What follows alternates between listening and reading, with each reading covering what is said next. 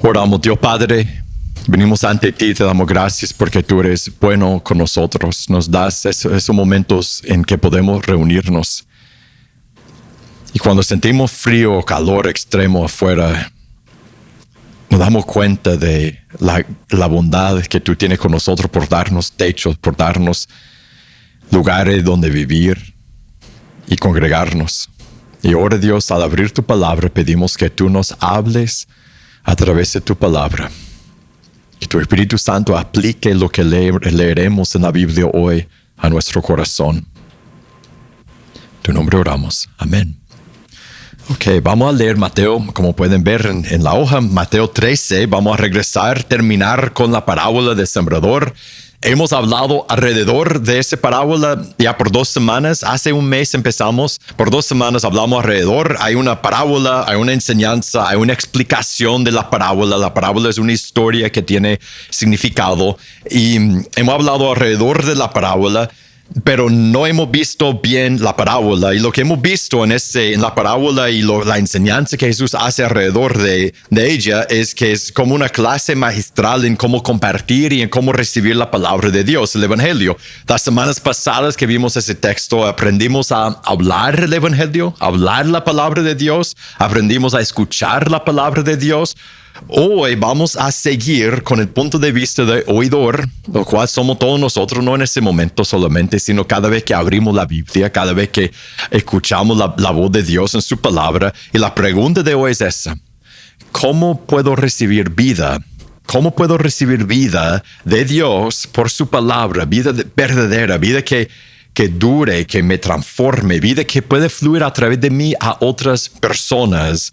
Y la razón que tenemos que hablar de eso es porque ocurre un fenómeno triste en el cristianismo, en el mundo de Dios. Muchos empiezan y no terminan. Y lo hemos visto. Yo digo triste porque solo pensar en eso ya recordamos personas, ¿no? Recordamos rostro, recordamos personas queridas que, bueno, tal vez lo has visto en ti mismo o en otras personas. Empezamos y después dejamos a Dios. Tenemos entusiasmo. Después nos enfriamos, nos aplanamos y miramos alrededor y fulano ya no está. ¿Qué pasó? ¿Dónde está? Nos enredamos en las cosas de la vida y muy pocos perseveran y dan fruto hasta la muerte, hasta ver al Señor. Es algo parecido a la historia de 2 maratones, dos personas, 2 amigos que tengo que corrieron maratones, medio maratones, entonces la mitad, no tan largo.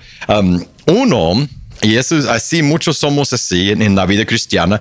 Ese amigo estaba entrenando por mucho tiempo, estaba entusiasmado, estaba entrenando y íbamos a tomar café de vez en cuando y él me contaba de cómo se estaba entrenando y era de edad ya grande como yo y más y entonces era una gran cosa correr eso y estaba entusiasmado, estaba listo el día de maratón.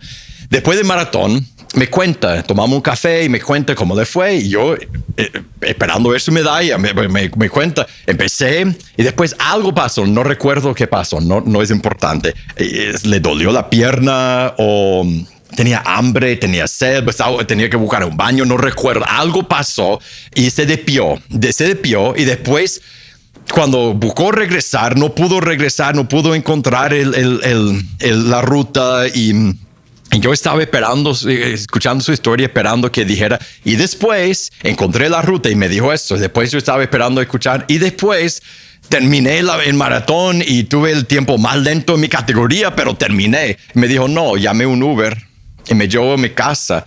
Y yo dije, corriste casi lo equivalente de un medio maratón, ¿por qué no terminaste? Pensé, no dije nada, dije, bueno, lo siento, lástima.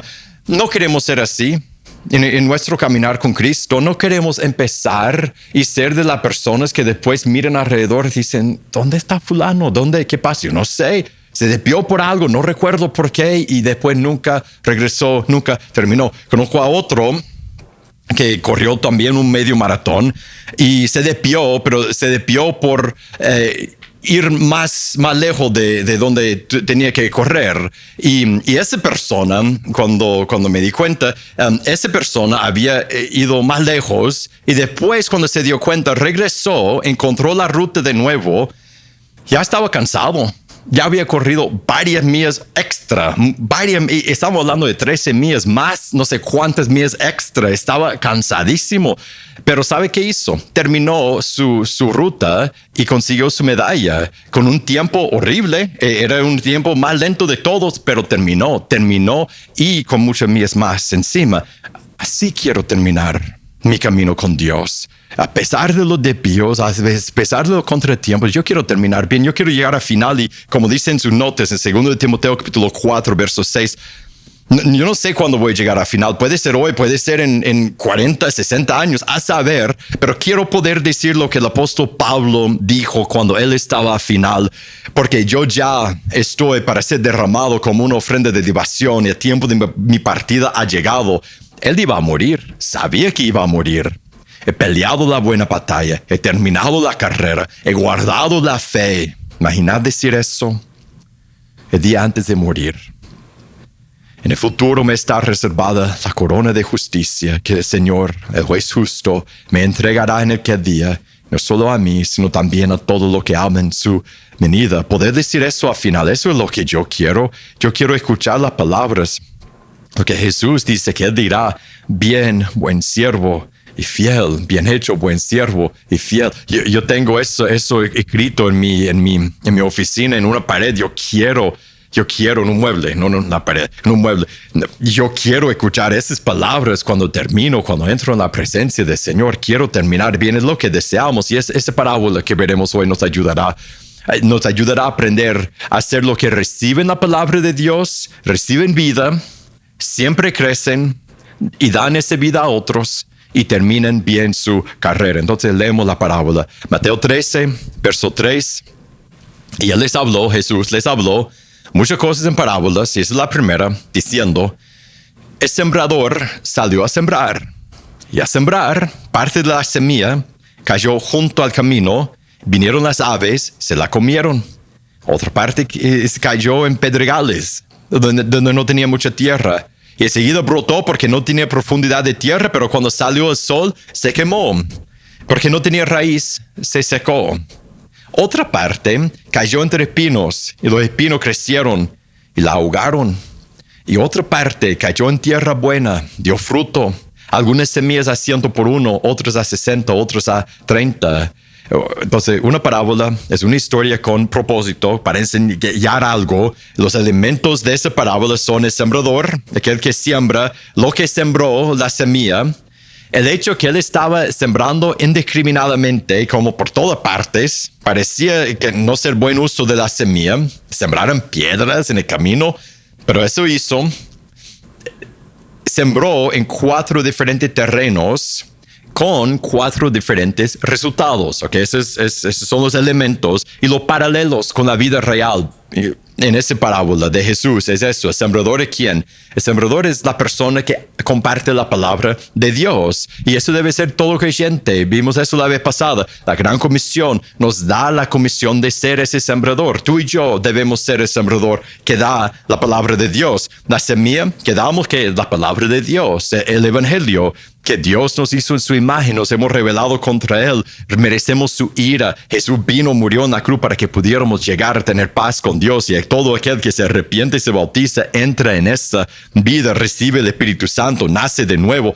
La tierra representa las diferentes, y esa es la parte importante en la parábola, las diferentes maneras de escuchar y recibir y responder a la palabra. Y como son 4, son 4 resultados también. 3 formas de responder que no llevan a la vida. Es una gran advertencia esa parábola, y también una instrucción de cómo recibir vida, porque la última forma de recibir la palabra de Dios nos lleva a vida. Entonces termina con la parábola y mira lo que dice. El que tiene oídos, que oiga. ¿Qué está diciendo Jesús? Presten atención, escuchen bien, no ignoren esa historia como si fuera una historia de la escuela dominical nada más. Esa historia contiene grandes verdades. Entonces la explicación Y la aplicación para nosotros empieza en el verso 18 y Jesús, cuando él explica esa parábola, él no se enfoca en el sembrador ni en la semilla, sino en las 4 diferentes clases de tierra. Y para recibir esa parábola bien, tú y yo tenemos que saber qué clase de terreno somos. Todos podemos encontrarnos de una manera u otra, y quizás en algunas o en todas, principalmente en una. Entonces, al leer, búscate a ti mismo, a ver si te puedes encontrar en los terrenos que describe Jesús. La primera, verso 18, es vida que no empieza, vida robada antes de que realmente pueda empezar. Ustedes pues escuchen la parábola del sembrador, verso 19. A todo el que oye la palabra del reino y no la entiende, el maligno viene y arrebata lo que fue sembrado en su corazón. Este es aquel en quien se sembró la semilla junto al camino. Entonces esa persona nunca tiene la oportunidad de crecer, de tener vida. Nunca tiene la oportunidad, pero no se da porque viene Satanás y le quita la semilla. Hay un enemigo que activamente busca desviarnos y engañarnos. Y la razón que esa semilla no crece en esas personas, todo tiene que ver con ¿qué? Verso 19 dice, oye la palabra del reino y ¿qué? No la entiende. Todo tiene que ver con entender, es poner el deseo y el esfuerzo mental. Yo quiero entender a Dios, quiero entender su palabra, quiero entender su voluntad para mí. Pero ellos no entienden. Tal vez es falta de explicación. Tal vez la persona que les está contando el evangelio no lo cuenta bien, no lo explica bien y no entienden. Tal vez es falta de querer escuchar o falta de aplicarla a su vida. Pero al final de cuentas, nada pasa. Escuchen el evangelio. Si te preguntas cómo puede alguien hasta venir a la iglesia, escuchar el evangelio y no ser cambiada, por eso, ¿cómo no podemos escapar de eso? Uno, si eres el proclamador de la palabra, es por explicar bien la palabra de Dios. Es por entender el evangelio y poder explicarla bien. Nuestra responsabilidad es explicar bien el evangelio. Y para los oidores, también nosotros, es escuchar, es leer, es cuando leemos la Biblia, es no solo leer y marcar el día en YouVersion, y aunque a mí me gusta ver ese check, me fascina eso, pero no solo buscar eso, sino leer y decir, ok, ¿qué es lo que está diciendo? ¿Y por qué dice eso aquí, eso allá? ¿Y qué tiene que ver el uno con el otro? Y pensar y preguntar a Dios y orar y decir, Dios, ¿qué está diciendo en esa parte de tu palabra? Es pensar activamente mientras que leemos la Biblia. Así podemos llegar a entender más y más y la palabra puede crecer en nosotros. Y después llegamos al siguiente, verso 20. Aquel en quien se sembró la semilla en pedregales, este es el que oye la palabra y enseguida la recibe con gozo, pero no tiene raíz profunda en sí mismo, sino que solo es temporal, y cuando por causa de la palabra viene la aflicción, la persecución, enseguida se aparta de ella. Entonces esa persona escucha, esa persona entiende, pero no desarrolla raíz. Entonces crece rápido, pero no crece bien. Todo por afuera, nada por abajo. Y eso demuestra una gran realidad. O estás creciendo en tu caminar con Dios, o estás poco a poco muriéndote. ¿Estás creciendo o estás muriéndote? Todo hemos visto eso, y eso quizás lo más trágico. Son personas que cuando escuchan la palabra, entran, están entusiasmados. A lo mejor puede pensar en personas que tú has visto, tal vez has estudiado con alguien y la persona entiende y tú dices, estudiado con personas que no han entendido. Esa persona agarra las cosas y entra y se bautiza y parece estar muy entusiasmado, y después, de repente, como por nada, se va. Y decimos, ¿por qué? Porque no tuvo raíces. Porque no tuvo raíces, vienen problemas y se va, deja el evangelio. Y lo que cambia eso para nosotros, mire, es desarrollar raíces. Es algo que nosotros tenemos que hacer intencionalmente. Esto depende de nosotros, en nuestro trabajo. Tenemos que desarrollar las disciplinas, los hábitos regulares de pasar tiempo con Dios. En todo empieza con eso, de leer la Biblia, de despertarse en la mañana, abrir la Biblia, leer, meditar en la palabra durante el día, orar, Tener un día de ayuno, un devocional familiar en las noches, si tienes familia en tu casa, cantar, de todos los días hacer eso, día tras día, tener las disciplinas, porque a través de esas disciplinas se desarrollan las raíces. Si no estamos leyendo la Biblia, si no estamos orando regularmente, si no estamos con nuestra familia leyendo la Biblia, no desarrollaremos raíces. Seremos de las plantas que crecen y no tienen raíces por abajo. Esos hábitos nos hacen crecer, nos hacen ser fuertes. Y no solo con Dios, pasar tiempo con nuestros hermanos, tiempos formales, tiempos informales, trabajar con el Señor, estudiar con otros, discipular a otra persona, ministrar, usar los dones. Todo eso desarrolla las raíces en Cristo. La tercera, la última negativa, es la vida ahorcada, la vida ahogada. Verso 22. Y aquel en quien se sembró la semilla entre espinos, este es el que oye la palabra, pero las preocupaciones del mundo, el engaño de las riquezas, ahogan la palabra y se queda sin fruto. Entonces esa persona entra en la vida, se bautiza, desarrolla raíces, probablemente practica las disciplinas, tiene sus hábitos, lee su Biblia, tiene tiempo con Dios, tiene tiempo con sus hermanos, trabaja en el reino y ahora ya no tiene fruto ni en su vida y tampoco fruto de reproducción, no está enseñando a nadie. ¿Y por qué? Porque se queda ahogado, ahorcado. Es una imagen cruel que lo peor que podría pasar a alguien es estar ahorcado o ahogado en agua. Y esa es la imagen que Jesús usa. Y ese ahogo no viene por cosas que en el momento parecen ser pecados. Esos no son hermanos que se desvían atrás de los, entre comillas, grandes pecados que nos desvían. Esos son por cosas que en el momento no parecen ser constantes. ¿Qué dijo Jesús? Mire el texto. La preocupación es del mundo, cosa que todos tenemos. Tengo que hacer eso, tengo que pagar, y el engaño de las riquezas. Yo si trabajo más, voy a tener más y quiero eso, quiero el otro, siempre quiero más, siempre tengo más que hacer. Esas son las necesidades constantes, las demandas de la vida, la carrera, hacer más y más, mis proyectos, mis intereses, lo que yo quiero hacer, ahoga la vida en mí.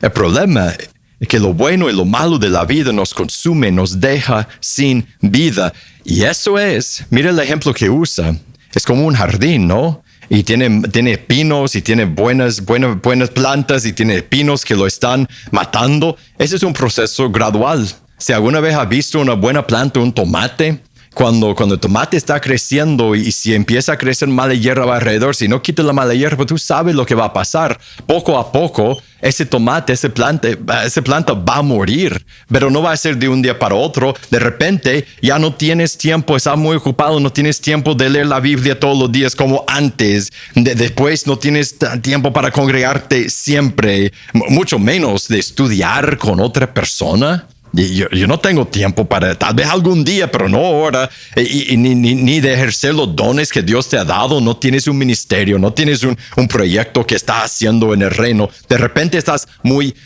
tibio y estás alrededor de las cosas de Dios, pero no hay vida brotando en ti y mucho menos estás guiando a otros a la vida. Y aquí es donde, mire, la mayoría de los cristianos residen.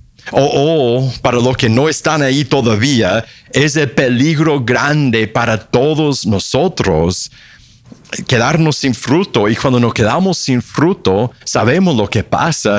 Después leo Juan del 1 a 10. Juan 15, del 1 a 10.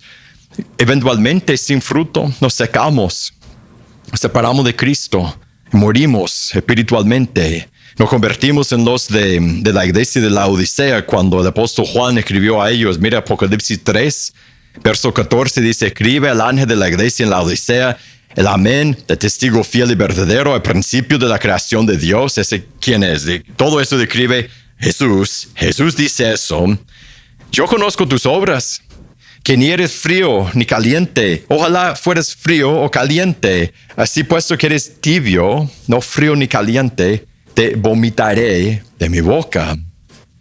que nos rescata de estar ahogados con las demandas de la vida, el deseo por más, nuestras cosas que nos distraen. Es poner primero el reino, sencillo. Lo que dijo Jesús, Mateo 6:33, hablando en el contexto, puede leer antes lo que dice. En el contexto está hablando de lo mismo, de las necesidades y las demandas de la vida.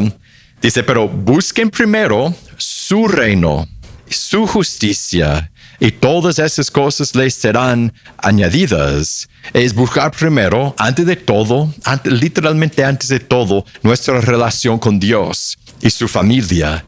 Buscar guiar a otros a su reino.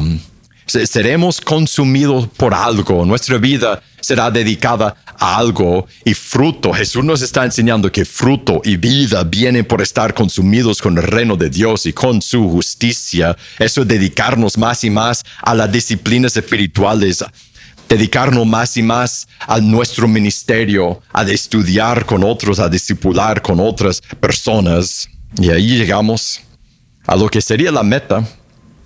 Lo último que describe Jesús en el verso 23, pero, y sabemos que es diferente de nosotros porque dice, pero, todo eso no resultó en vida, pero eso sí, pero aquel en quien se sembró la semilla en tierra buena, este es el que oye la palabra, la entiende, este sí da fruto y produce uno a 100, otro a 60 y otro a 30 por uno. Es la meta, es lo que todos, más si tenemos el Espíritu Santo, lo que todos queremos alcanzar. Es la persona que siempre lee su Biblia y pregunta, y piensa, y analiza, y busca entender mejor, aun después de 10 o 15 años de buscar a Dios. No mire arriba, Jackie. No mire para acá. Ok. Algo volando. Ok, seguimos. Esa persona que Jesús está describiendo, la persona que no solo entiende al principio, dice, yo entiendo el Evangelio, pero busca entender más y más. Ama a Dios con toda su mente durante toda su vida. Es la persona que en silencio en su vida tiene sus disciplinas espirituales, que siempre se levanta en la mañana y lee la Biblia y ora y siempre anda cantando y tiene su día de ayuno año tras año y no lo publica y nadie más lo sabe, pero lee la Biblia vez tras vez. Es la persona que tiene a alguien que está intentando a llevar al reino.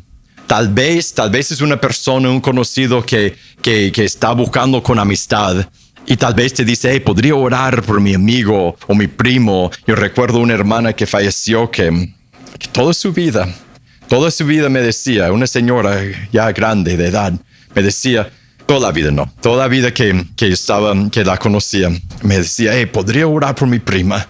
La traigo a la iglesia, pero ella no quiere bautizarse, no quiere entregarse a Cristo. Y toda la vida decía, ora por ella. ¿Y qué puedo hacer? Y estudié paz con Dios con ella y estudié el otro. Toda la vida estaba buscando llevar el evangelio a esa persona.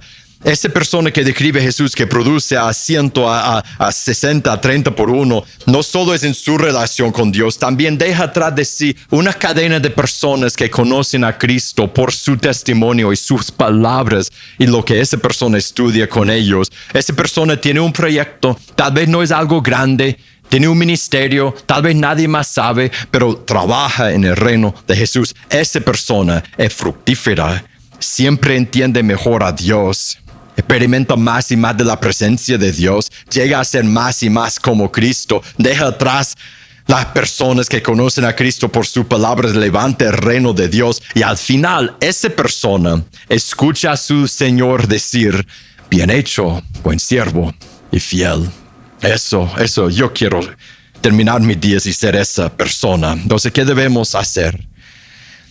Debemos identificarnos en los 4 terrenos.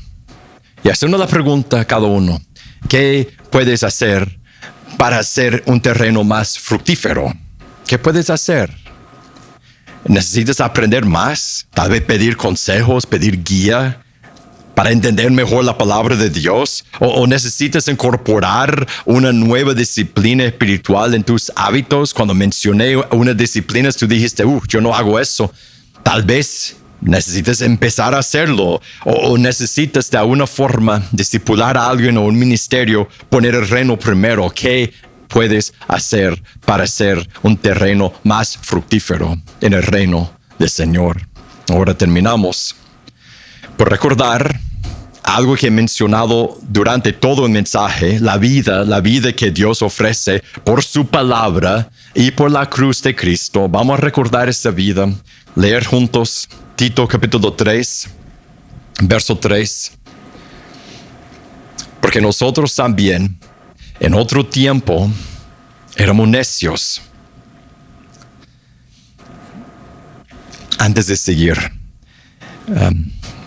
hace poco escuché a alguien leer eso en presencia de una persona que acababa de bautizarse. Y esa persona leyó ese texto y en vez de decir nosotros, puso el nombre de la persona que se había bautizado. Entonces, cuando yo leo y digo nosotros, o nos, pon tu nombre ahí si estás en Cristo. Porque eso es cierto de ti. Porque nosotros también en otro tiempo éramos necios. Yo era desobedientes, extraviados, esclavos de deleites y placeres diversos, viviendo malicia, envidia, aborrecibles y odiándonos unos a otros. Pero cuando se manifestó la bondad de Dios, nuestro Salvador, y su amor hacia la humanidad, Él nos salvó, no por las obras de justicia que nosotros hubiéramos hecho, sino conforme a su misericordia, por medio del lavamiento de la regeneración y la renovación del Espíritu Santo que Él derramó sobre nosotros abundantemente por medio de Jesucristo nuestro Salvador, para que justificados por su gracia fuéramos hechos herederos según la esperanza de vida eterna. Para uno que no es cristiano, escucha eso. Esa es una invitación a aceptar esta vida, dejar que Dios te haga nacer de nuevo, que su vida entre en tu corazón, y lo haces en el momento de entregarte a Él como tu Señor y Salvador, por arrepentirte, por bautizarte. Para los que somos cristianos, esta es la vida que celebramos siempre y en este momento, por tomar pan y jugo y recordar nuestro Salvador en la cruz. La comunión está preparada ahí a la vuelta en la mesa. Vamos a ponernos de pie, vamos a orar y después vamos a cantar y tomar la Santa Cena juntos. Dios Padre, gracias por tu bondad. Gracias, Dios, por la vida que tú nos das en Cristo.